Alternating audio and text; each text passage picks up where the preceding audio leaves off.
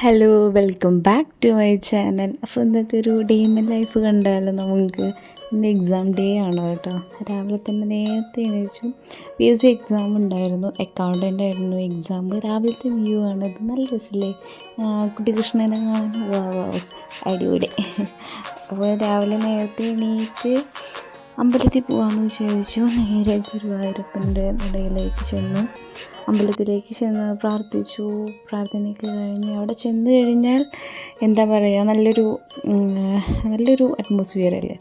നമ്മളെ മനസ്സും ശരീരമൊക്കെ തണുക്കും.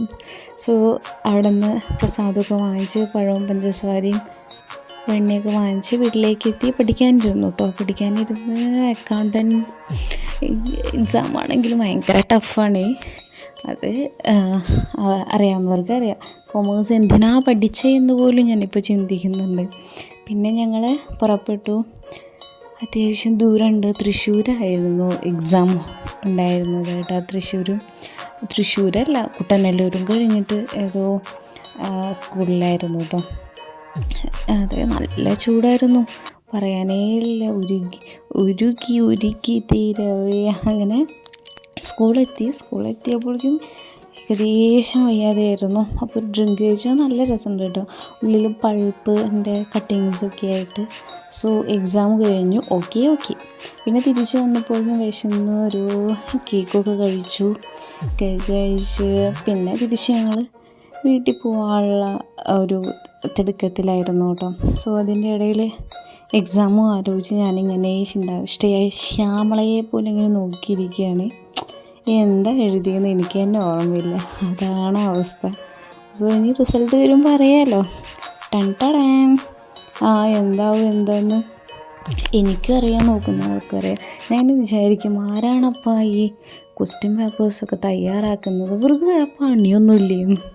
എന്തൊക്കെ ക്വസ്റ്റ്യൻസ് ഇടാന്നുണ്ട്. ഒരുപാട് സ്റ്റേറ്റ്മെൻറ്റ് ക്വസ്റ്റ്യൻസ് ഇട്ടിട്ട് മനുഷ്യനെ ആകെ കണ്ട് വലയ്ക്കുക, ഇതന്നെ പണി.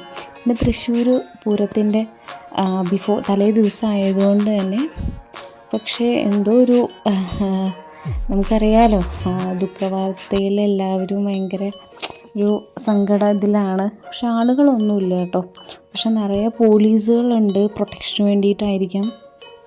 പിറ്റേ ദിവസം പൂരം നടക്കുകയല്ലേ. അപ്പോൾ അതിഗംഭീരമായിട്ടുള്ള ഇതൊക്കെ ആയിരുന്നു കേട്ടോ, പന്തലൊക്കെ ആയിരുന്നു. തിരിച്ചു വരുമ്പോൾ ഫുള്ള് സ്ക്വാഡുകളാണ് കേട്ടോ. നിറയെ പോലീസിൻ്റെ വണ്ടികൾ നിൽക്കുന്നുണ്ട്.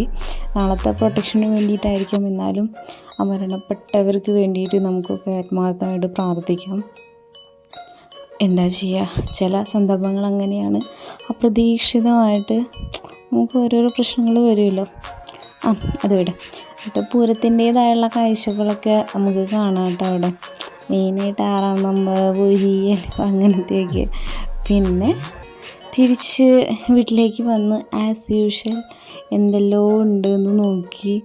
അവിടെ കുറേ ഡ്രിങ്ക്സ് ഇരിക്കുന്നുണ്ട്. അപ്പോൾ അത് തന്നെ കഴിച്ചു. കേക്ക് ഇരിക്കുന്നുണ്ടായിരുന്നു കേട്ടോ. അതെടുത്ത് കഴിച്ചു, കുടിച്ചു. പിന്നെ പുറത്തേക്കൊന്ന് പോകാമെന്ന് വെച്ചു. ഓക്കെ, ഇതാണ് മിനി നമ്മൾ പഴനി എന്നൊക്കെ പറയില്ലേ. സോ ഏകദേശം അതേപോലെ തന്നെ കേട്ടോ. അപ്പോൾ നല്ല വ്യൂ ആണ് ഇവിടെ. പഴനിക്കൊക്കെ ചെറുപ്പകാലത്തേ പോയിട്ടുള്ളതാണ് കേട്ടോ, വളരെ ചെറുപ്പത്തിൽ. ഇപ്പോൾ എത്ര വർഷമായി. എന്തായാലും ഒരു ദിവസം പോവും.